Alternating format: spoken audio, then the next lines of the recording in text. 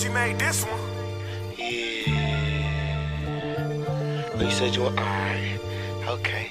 I can take you there. Yeah. That's all you gotta do is say that one time. Okay.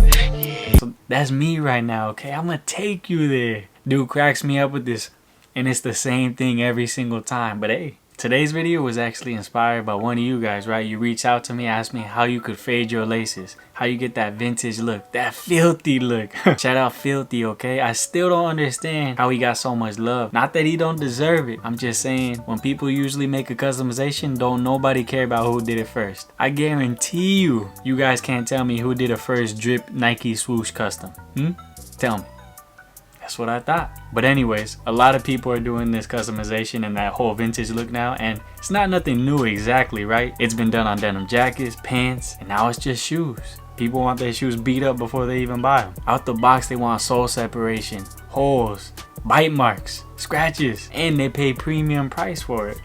Not a bad deal, right? Not a bad deal if you selling. If you buying, I don't know. If you got deep pockets like that, well then you do you.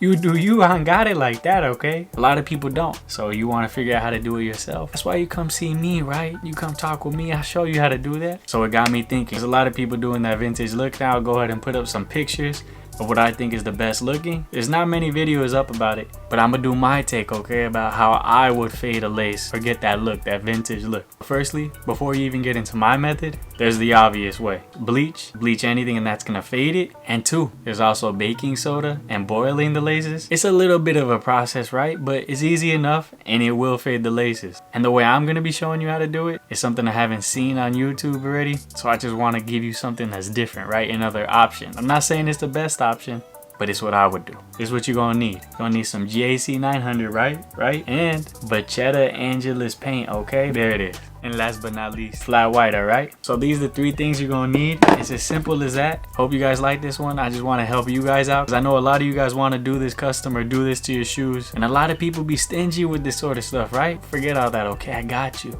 I got you. No peer pressure, like, subscribe, you want to. Let's get into it. Let's go.